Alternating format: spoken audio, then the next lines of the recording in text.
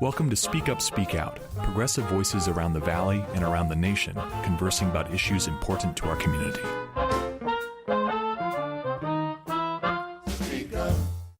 We wrote 3 memos to George W. Bush before the war in Iraq, telling him that this was a fool's errand, that he was being misled. And we thought we'd give him the benefit of the doubt. Yeah, right. That maybe Cheney wasn't telling him all these things. But of course, our next few memos were predicated on the view that he knew chapter and verse. That was Ray McGovern at the Garden Street United Methodist Church in Bellingham in October of 2013. Welcome to Speak Up, Speak Out. I'm Dave McConnell. I was able to attend the presentation by McGovern and to record his comments that evening. Ray McGovern is a retired CIA officer who served under 7 U.S. presidents and was responsible for the morning intelligence briefings to many of them. In the second half of the program, you'll hear him talk about what can only be called a crisis of conscience that resulted in an organization that he and other retired CIA employees founded called the Veteran Intelligent Professionals for Sanity, or VIPS. I'll talk a little bit more about that in a while. Now, here's McGovern's comments about the American empire. I've been asked to talk a lot about empire lately, and I'm doing a couple classes at Seattle University tomorrow. And I think it's helpful for us to kind of put a context around why we're where we are now and how we got there. The sole remaining superpower in the world. When did we start becoming the sole remaining superpower in the world? One at a time. World War II. Good, yeah. Usually people say when the Soviet Union collapsed, but it was right after World War II. I mean, think of it. How many people did Russia lose during World War 20 million. More than 20 million, yeah. Some people say 30. So, that's a lot of people, huh? And the place was devastated. Germany too. Even Britain took some hard hits. We emerged. Well, we lost a lot of men for sure, but we emerged unscathed. And so we had a problem. We had never been in this position before, And of course, the British had an empire before, and we kind of knew about that. And we didn't know what my Irish grandfather told me about the British Empire. I haven't told you this yet. My Irish grandfather sit me down one time and he said, "Now, Raymond, do you know why the sun never sets on the British Empire?" I said, "Yeah, I think." "No, you don't know. Now sit you down and I'll tell you." The sun never sets on the British Empire because the good Lord would never trust the British in the dark.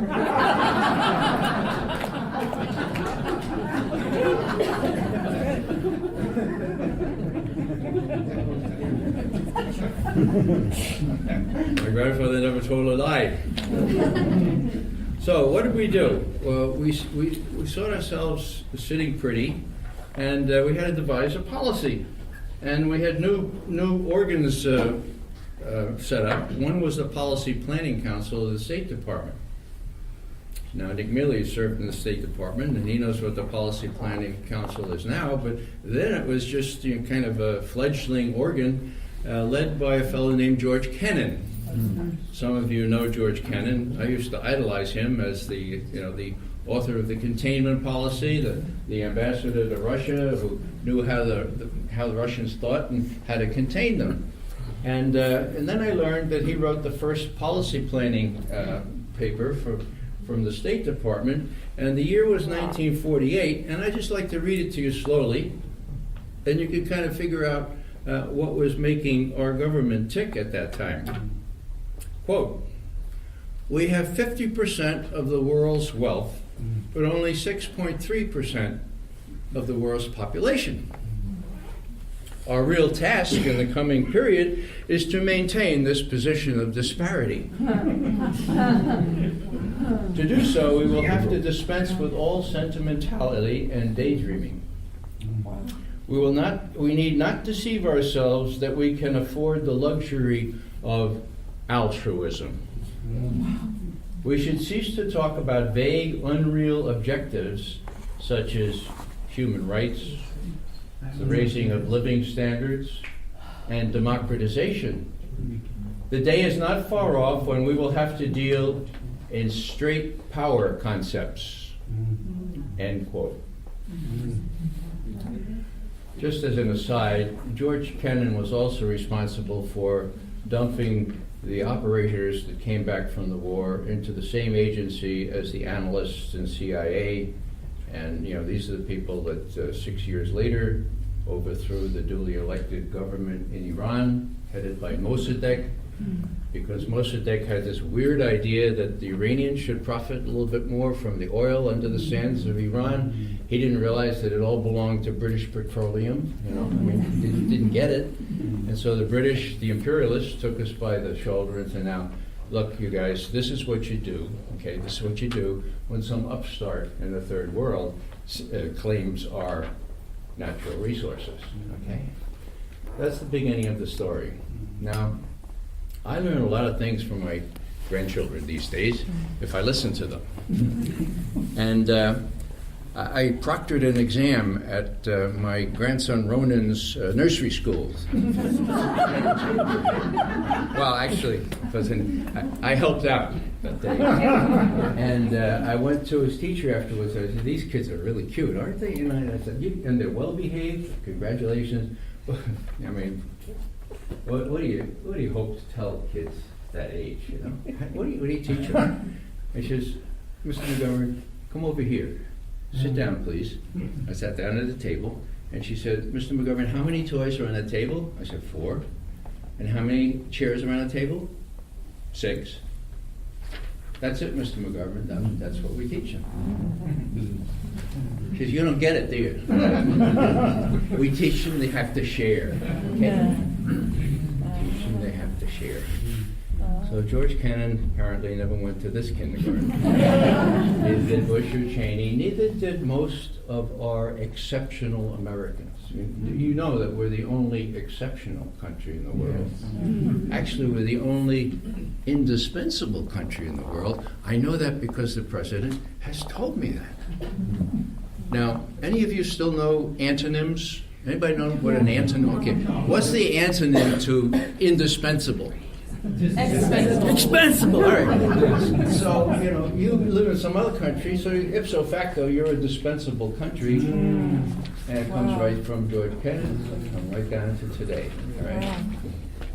Now another thing that I learned from this same family, this was Claire, and she was also 4 years old at the time. This goes back 10 years. She was watching me on TV. Every now and then I used to get on Lehrer or whatever, the night news or whatever.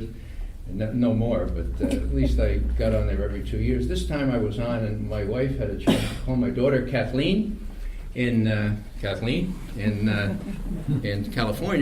and said, "Dad's going to be on. Why don't you watch him? Because delayed." So Kathleen and little Claire, 4 years old, were watching me. And after it was over, Claire ran up to Kathleen. She said, "Mommy, that was Grandpa." And Kathleen said, "Yeah." She said, "Well, Mommy, that means the other people are real too."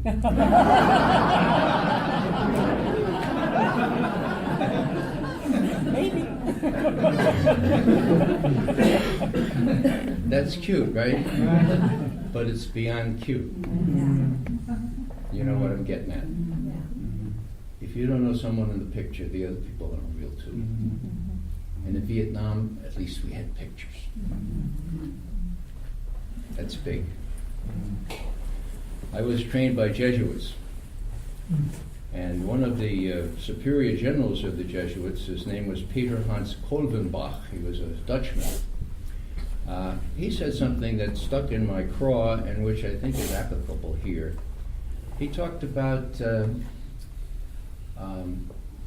if someone has personal experience with innocent suffering, then that is the best catalyst to reflection, thought, and hopefully action. And that's what most of us lack. Most of us lack personal experience of innocent suffering. Bradley Manning or Chelsea Manning, not so. Most people don't remember that he was charged to pick up kids his age from the university in Baghdad if they wrote papers that were critical of the Maliki government. And he witnessed these people being wrapped up, thrown into Baghdad prisons where he knew they would be tortured. He saw that. He saw that time and time again. And he went to his superiors and said, you know what's happening? You know what goes on in those prisons? These guys just wrote a paper. It says that Maliki has made these mistakes. Shut up, go home, finish your tour, go home, keep your mouth shut. So, Bradley Manning, 22 years old. He's got this conscience thing. He said, should I do that? Should I keep my mouth shut?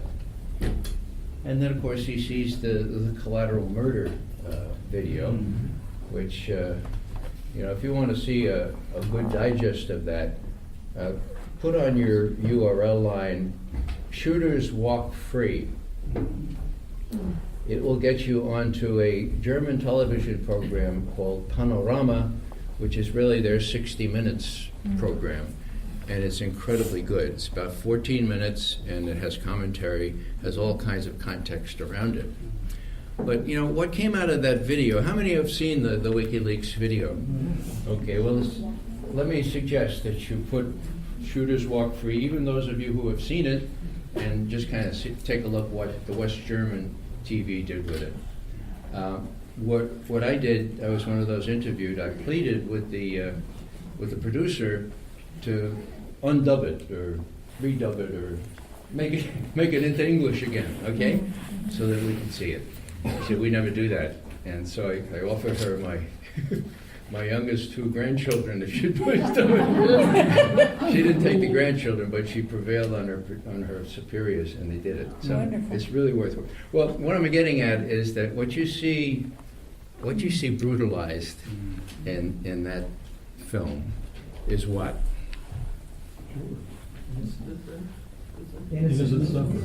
Innocent people, okay? And who else? The soldiers. Yeah. Listen to them, their conversation. And who sent them out there? We did. We can't duck that, okay?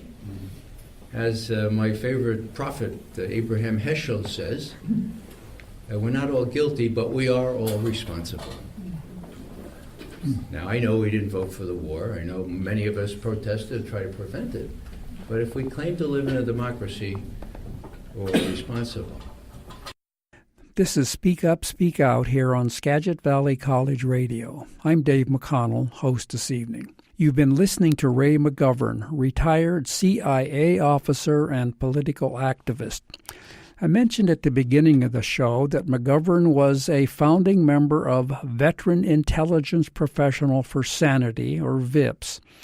VIPS is dedicated to analyzing and criticizing the use of intelligence by the U.S. government, specifically related to the war in Iraq. McGovern is also involved with a group called the Sam Adams Associates for Integrity in Intelligence.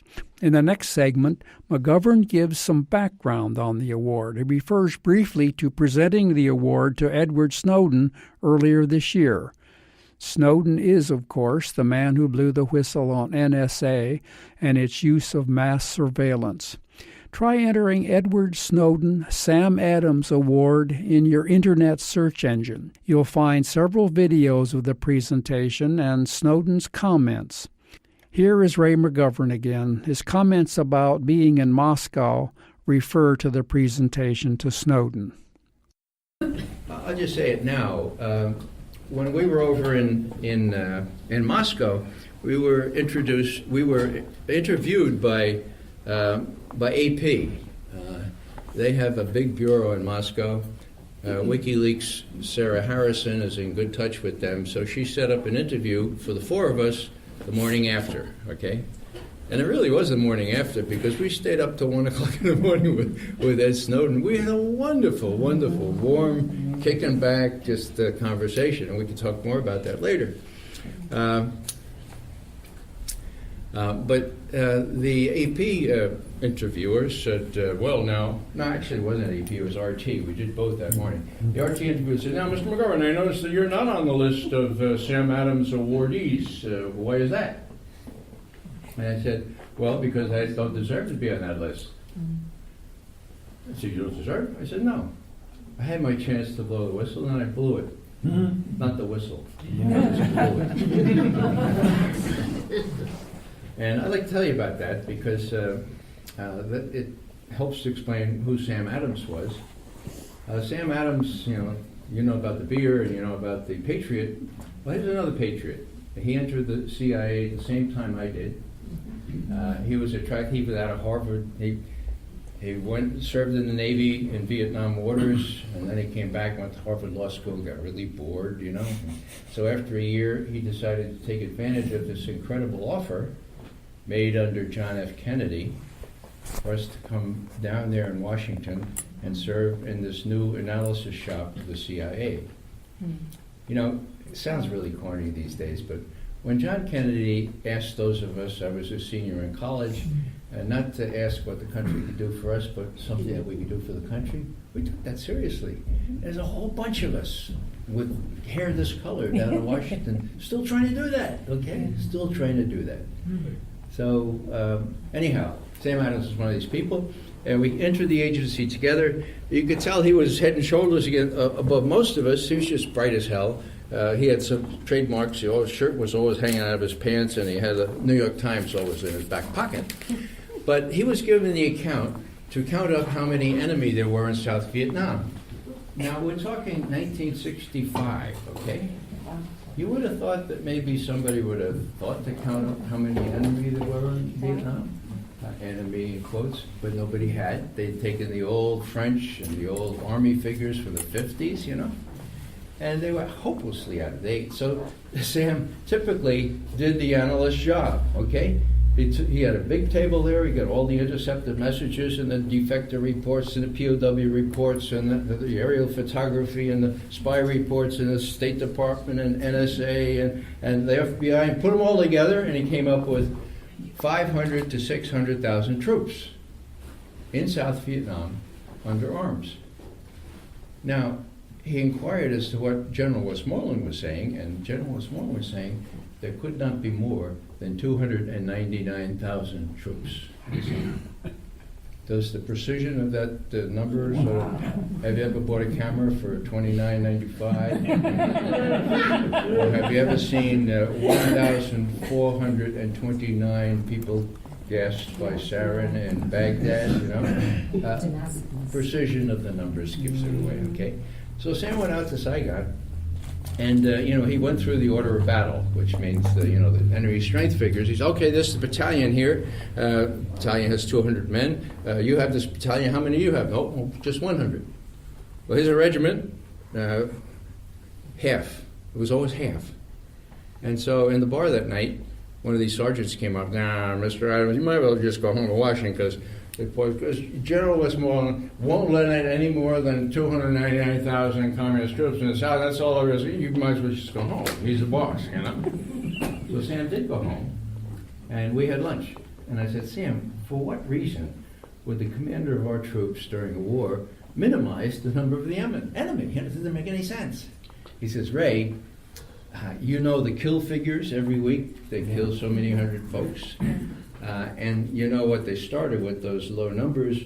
The person in Saigon is not real bright, but they do arithmetic, okay? So if they came out with a much higher number, the press would have a field day about it.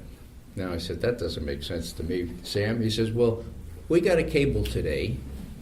It was the 20th of August, 1967. We got a cable today from General Abrams, who was Westmoreland's deputy. And it was a secret, no-disc cable, which is very closely held. You had to go up to the director's office to read it. And it said, and I quote, we can't possibly accept the higher numbers because we have been projecting an image of success in this war. And there is nothing that we can say, even with all the caveats and explanations, that would prevent the press from drawing a erroneous and gloomy conclusion. There it was, black and white. You know? So, now what would you think?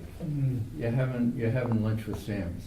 Well, what I thought was, Sam, you really ought to take that down to the New York Times. You know, it was not even halfway through the war, right? Now, I knew that Sam was such a straight shooter that he would never do that. So the next thought I had was, guess what? McGovern, why don't you do it? Now, you have to realize, and those who are younger, that at that point in time in the 60s, the New York Times was an independent newspaper. And, you know, if you gave them something like that, they wouldn't take it right to the White House and ask for permission to publish it, which is what they do now. So, well, I carry that now. I didn't do that, okay? I could have and I didn't. And I had used all the reasons, you know, mortgage, 3 kids at the time. Well, I know what I'll do. I'll wait until I get into a more senior position, and then if something like this comes up, then they'll take me more seriously. Right. I ducked it, okay? That's why I was undeserving of this award. And that's really important because, well, it's just important to me. I carry that, and Sam Adams, I think, is happy now that we instituted a award in his name. He went through the system, got diddled by the CIA Inspector General, by the Pentagon Inspector General, by the Congress. They didn't want to hear about this stuff, okay? It wasn't until Dan Ellsberg is being tried for releasing secret information that Sam finally says, hey, Ray, they're going to hang this guy for releasing falsified numbers on the enemy. Give me a break. I'm going out there to L.A. to testify for him, which he did. You know.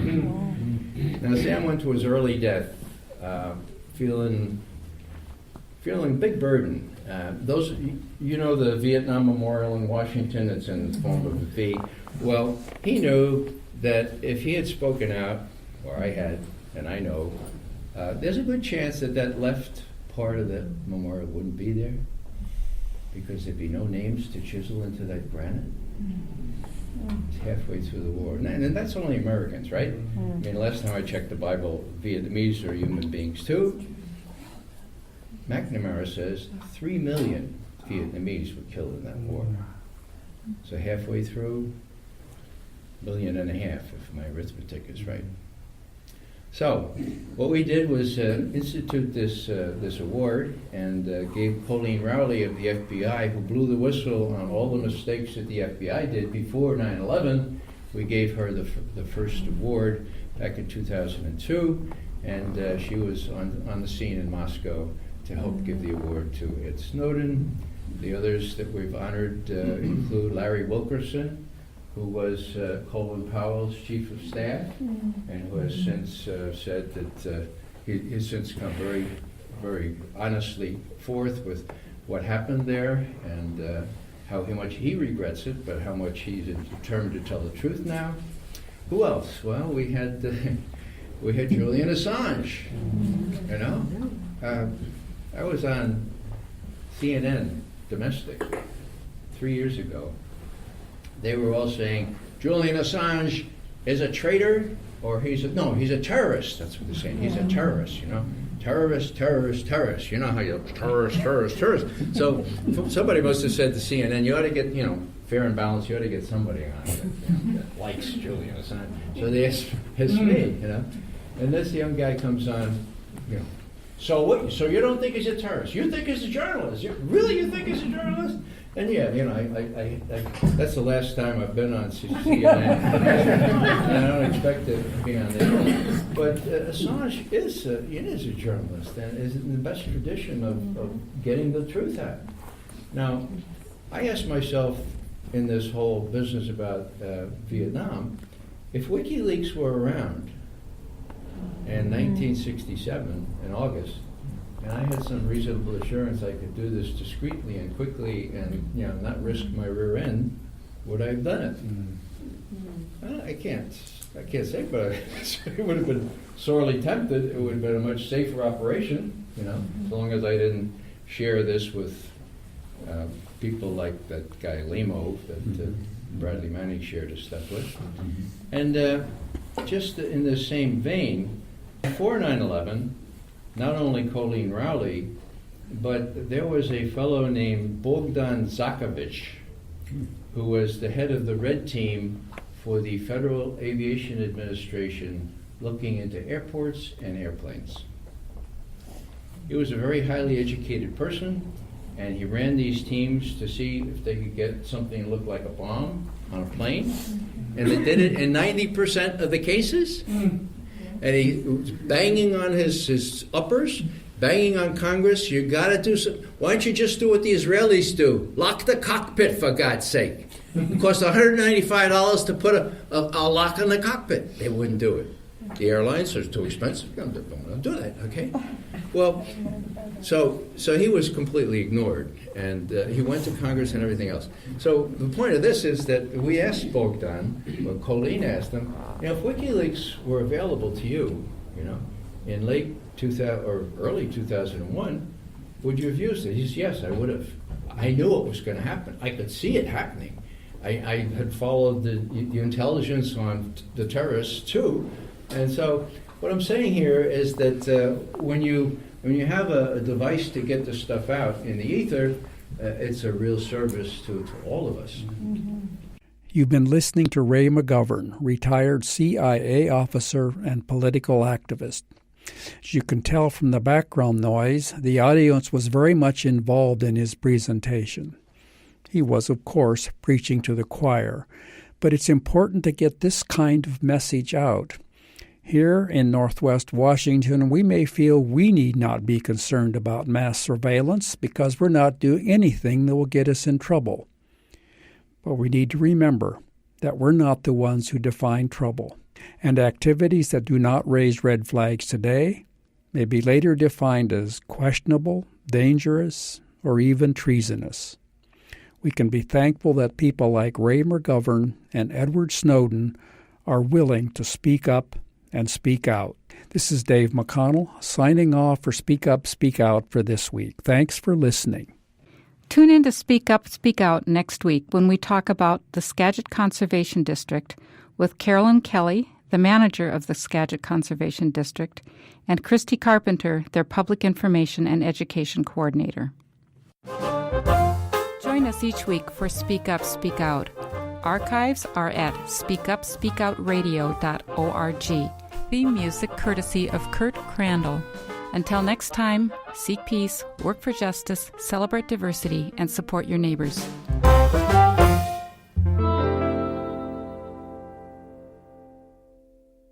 Speak Up, Speak Out is made possible by support from our listeners and from Skagit Valley College. Distribution is made possible in part by a grant from the Corporation for Public Broadcasting.